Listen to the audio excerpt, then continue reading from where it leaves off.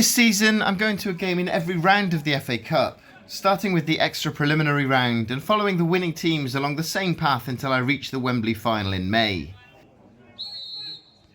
My journey started at my local side, Hucknall Town, and has taken me to 6 different grounds across the qualifying campaign and first 4 rounds.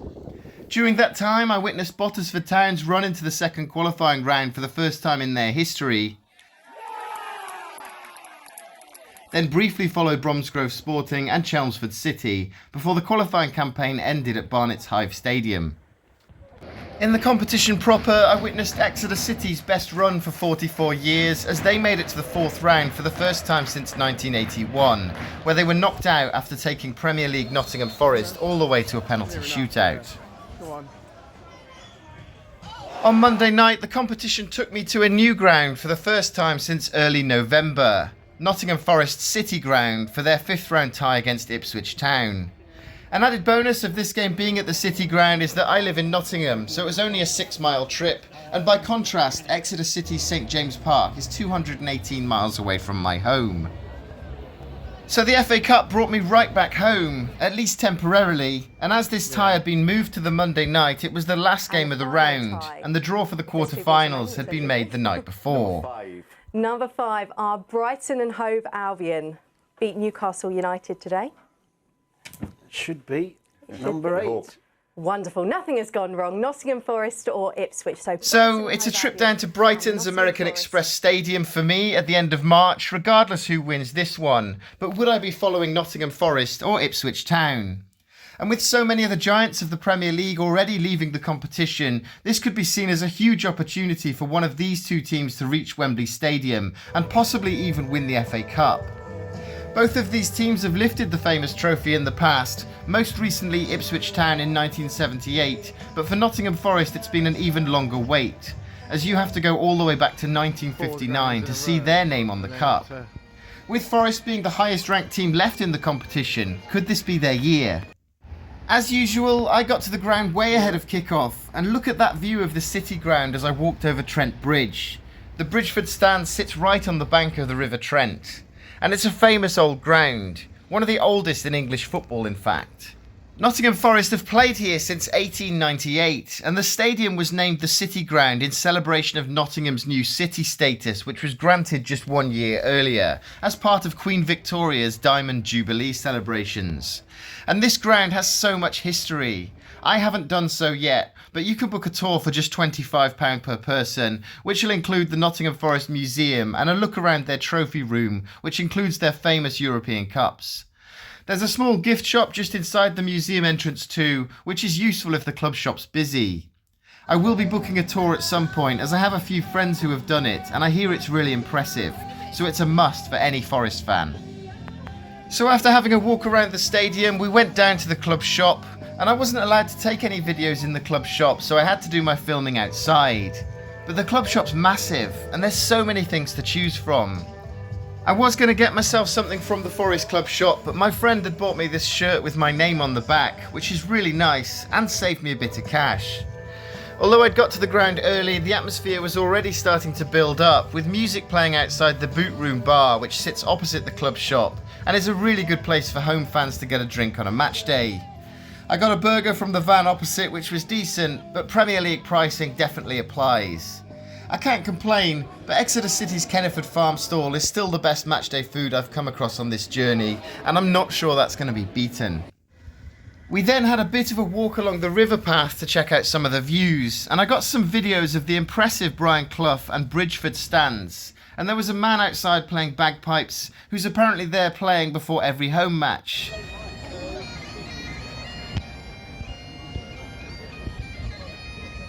I'm not entirely sure why he does it, but he's really good and seems popular with the Forest fans. And as there was still quite a bit of time to kill before kick-off, we checked out the fan zone, which has a huge screen showing previous Forest matches and providing team news. The fan zone also has a small club shop and bar, as well as a number of kids' activities, and it's a massive area which wasn't too busy while we were in there, but I can imagine it's packed just before kick-off. So after a bit of queuing outside, I took my seat in the Brian Clough stand. I'm told that there isn't usually an issue with queuing outside the city ground, but to be honest, it wasn't really that bad. I was waiting to go in for around 10 minutes or so, and I've definitely spent longer queuing outside much smaller grounds, so it wasn't a problem at all. I was in the lower tier of the Brian Clough stand, and check out this view. I have a friend who works at Forest who helped me to get hold of my ticket, and these are brilliant seats. Just look at how close we were to the pitch. I really liked Exeter City's St James Park, which I visited 4 times on this journey, but in terms of capacity, the city ground was a huge jump up, and this is a fantastic ground, with such a good atmosphere. Listen to that noise as the 2 teams came out onto the pitch.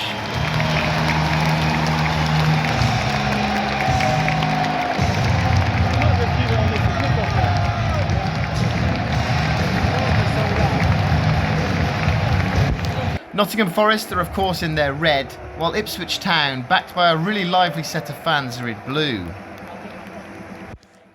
Just before kick-off, I had a message from one of my friends who was also at the game telling me to get my camera out for Mull of Kintyre.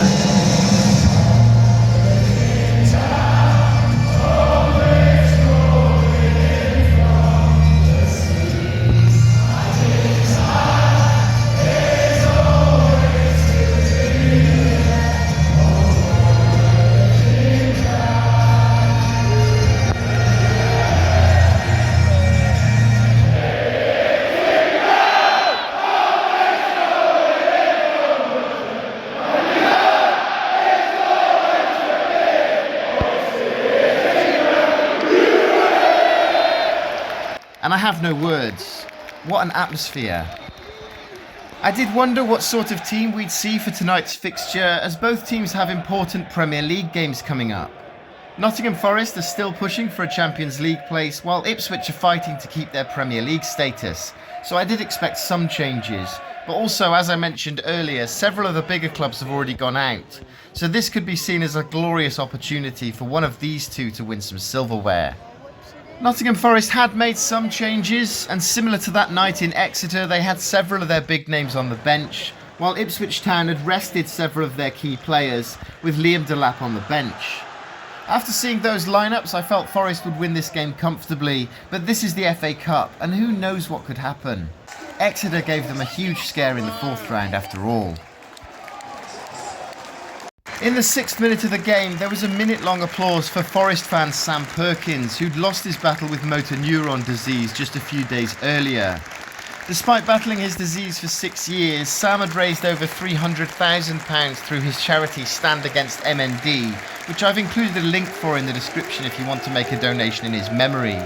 The minute's applause was a really nice touch, especially as the Ipswich fans joined in as well. I can't really say much about the first half as it was uneventful, despite both sets of fans trying to get behind their teams. I'm not sure what the away support is like at the City Ground normally, as this was only my 2nd visit, but the Ipswich fans were lively throughout.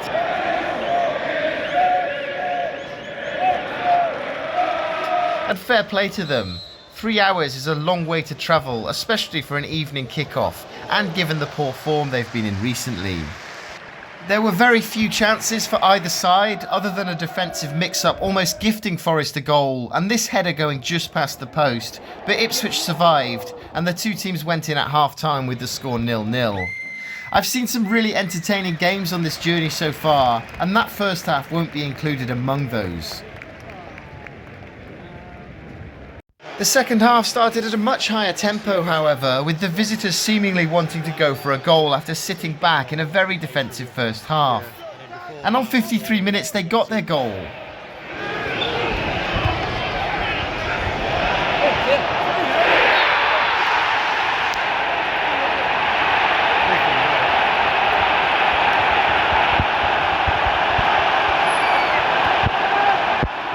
Forest had left George Hurst unmarked at the back post to put Ipswich ahead.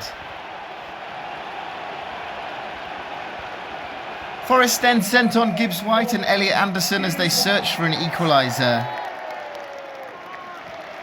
Actually, mate. Go on.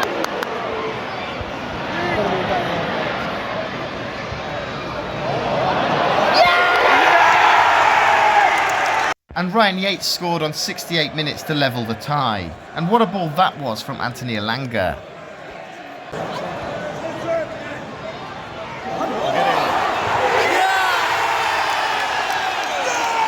And after Yates had another goal disallowed for offside, we went to extra time for the second successive round. The final score, Nottingham Forest 1, Ipswich Town 1, and the second half was much more entertaining than the first. On to extra time then, and I thought Ipswich would be keen to see out the extra half hour and take their chances with the penalty shootout. But after bringing on Liam Delap, it looked as though they were going for it. And they had chances.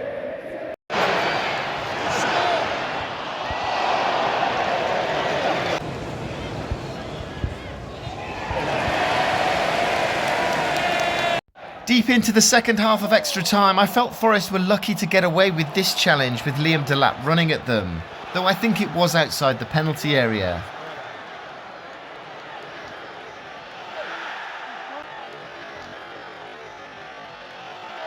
What did you think of that challenge? Should the referee have given a foul?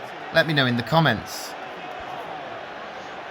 Forest then came agonisingly close to winning the game at the end of extra time. But despite extra time seeing probably more chances than the entire 90 minutes, we once again go to penalties. I fancied Forest to win on penalties with SELS in goal. He's been one of the Premier League's best goalkeepers this season, and he made a crucial save in the shootout down in Exeter in the last round. So who would be making the trip down to Brighton?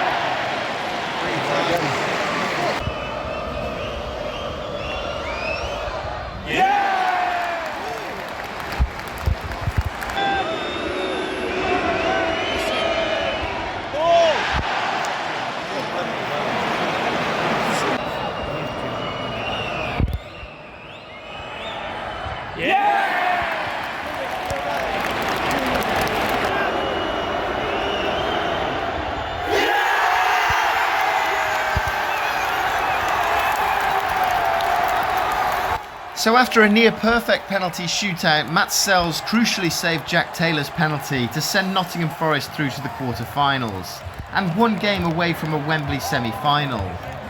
Losing on penalties is always incredibly harsh, and I was impressed with the way Ipswich played over the course of the night. I think Forest deserved to go through overall, but Ipswich certainly had chances to win the tie in extra time. Monday night's attendance was 29,171, which interestingly is higher than the total attendance across all 10 of the previous rounds, which sits at 27,094. It was difficult to pick a man of the match in such an even game where nobody massively stood out. Morgan Gibbs-White being on the pitch seemed to energise Forest, but I'm giving man of the match to SELS for his decisive penalty save. I really enjoyed my trip to the City Ground. It's a brilliant stadium that every football fan needs to experience at some point, and as I'm so close to it, I'll be making an effort to get there a bit more often in the future. As with every other club I've seen on this journey, I will be making the trip down to Ipswich Town's Portman Road at some point, though it's likely to be next season now, as my weekends are quickly starting to fill up. So it's Nottingham Forest that I'll be following down to Brighton for the FA Cup quarter-final in a few weeks' time, which will be the last game on this journey outside Wembley Stadium. I'm so close to finishing this challenge now, and I've loved every single minute of it. As I'm a Hereford fan, it's going to be interesting to reunite with Brighton, as I was there back in 1997 in that hugely important game in Brighton's history. But I probably don't remember it as fondly as they do. If you're a Brighton fan who was there at Edgar Street in 1997, please feel free to reach out to me. I'm interested to hear your story, and I'll put my email address in the description under this video. Let me know in the comments if you were at the City Ground on Monday night and what you thought of the game. Subscribe to my channel if you're enjoying my content so far, and why not check out how Forest got past Exeter in the last round. Thanks for watching.